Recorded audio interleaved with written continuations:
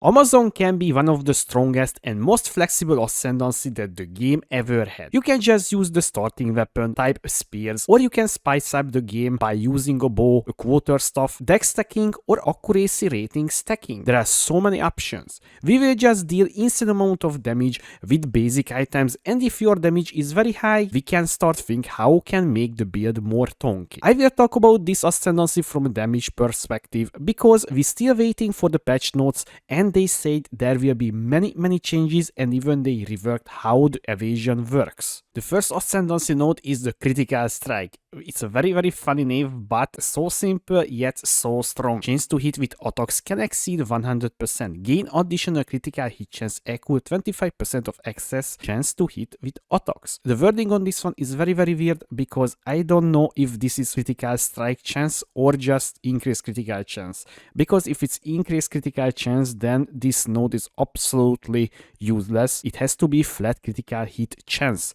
And you have to know, by the way, guys, the game hard capping around 150% chance to hit. So if they're not changing this number, you will have like at maximum around 12% base critical strike chance increase, which is, by the way, still insane. If I need to compare this one to like when you're using a winter orb, you know, the critical weakness, that's 10% increase. So this is additional 12%. So with basically with the winter orb debuff ascendancy node, you will getting 22% base critical chance alone. Getting crit capped is pretty much doable even on lower budget setups. So this is why I think this ascendancy will be pretty damn strong, because even the ascendancy helps you with the accuracy rating increase. This ascendancy starting on the ranger side, you have access to increase crit chance, crit damage, increase accuracy rating, increase attack speed per 250 accuracy rating, and also, you know, the dexterity node that is grants you attack speed as well. So this is why I think this ascendancy will be pretty damn strong even early, mid and late game as well. The next node is the penetrate. Attacks using your weapon have added physical damage equal 25% of the accuracy rating on the weapon. This is on the weapon, guys, not your total accuracy rating. This can be pretty damn strong. The weapons can roll up to 600, so that's transitioning to like 120, 130 base physical damage on the weapon, which is pretty damn strong, guys. So I can see we will want weapons with flat physical damage percentage, increased physical damage, and accuracy rating.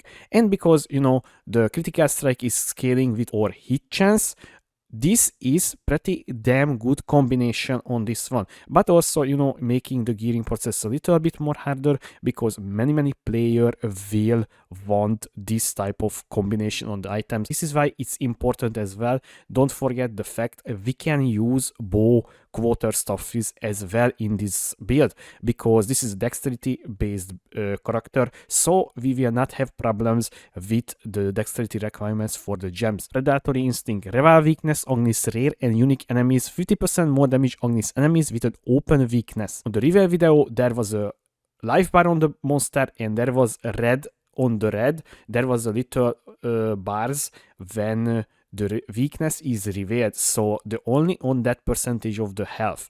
So how you can utilize that one, because this indicates you supposed to use a big hitting ability, a big combo ability on that part when you getting the 50% more damage. The easiest way to benefit from this one, there was an ability that was leaving behind spears on the ground, and you can detonate all the spears when you hitting a different ability. So you want to damage the bosses till you getting to the red lines, the weakness points, and then you detonate on the big damage multiplier part and just decimate the boss pretty easily, because I can see will be like Hammer of the God ability but on steroids. And also the next ascendancy is also increasing even further this bonus to get more skill speed and increase movement speed while there is an enemy with open weakness in your presence. Utilize this one as well even further, because this is pretty damn good, the skill speed, because this is like attack speed, cast speed, right? So we were using attacks, so this is pretty damn good to be very careful to not damage over the weakness point, right? So I think we will maybe not using this one, because if you let's say, going over the weakness zone, then you will have a bad time because you lost 2 ascendancy points for nothing. Elemental infusion. You will get a skill, infuse a weapon. When you consume a power, endurance, or frenzy charge, you will infuse your weapon with cold, fire, and lightning infusion to the corresponding charge that you consume. So this is I would say kinda annoying to use in a combat because you need to use the frenzy charge generation, for example, so you need to parry pretty often, and then you need to use an ability that is consuming your charge. So I'm not really sure about all of this, especially if we take into account in the next one, infused avatar, 50% chance for infusion to be not consumed when you infusing a project. Really sure this is worth 4 points. We will see how the infused weapon is scaling, how much damage it can deal. So I'm not sold on that. This will be the first ascendancy, I think, that is have each elemental damage as well. And the Huntress builds will have high elemental damage, that's for sure. So your physical damage leech will apply to the elemental damage as well. So make the leech finally maybe a reliable recovery option besides your life flask. We will see how strong it is, because right now I would say the leech is not even noticeable, but you can correct me if I'm wrong, guys, on this one. So the next one is, guys, Azmeri Brew. Life flask also recover mana, and mana flask also recover life. I mean, pretty damn good as well, because this was a pretty annoying thing to deal on a monk. When I was playing, you know, my Gazero monk, it was literally running out of mana and flash charges as well. This way, it will have at least more mana recovery, because a life flask can recover much more mana as well than the mana flask itself. So maybe it will be not a problem if your abilities is costing too high. Also, guys, you know me, when an ascendancy has built in some sort of tonkiness, I'm pretty sure I will take it, and this is applies to the Stalking Panther. So this is here, guys, here, this note here. Evasion rating from equip helmet, gloves, and boots is doubled, and evasion rating from equip body armor is halved. So without patch notes, we don't know how they changed the evasion, because they was mentioning they reworked the evasion a little bit.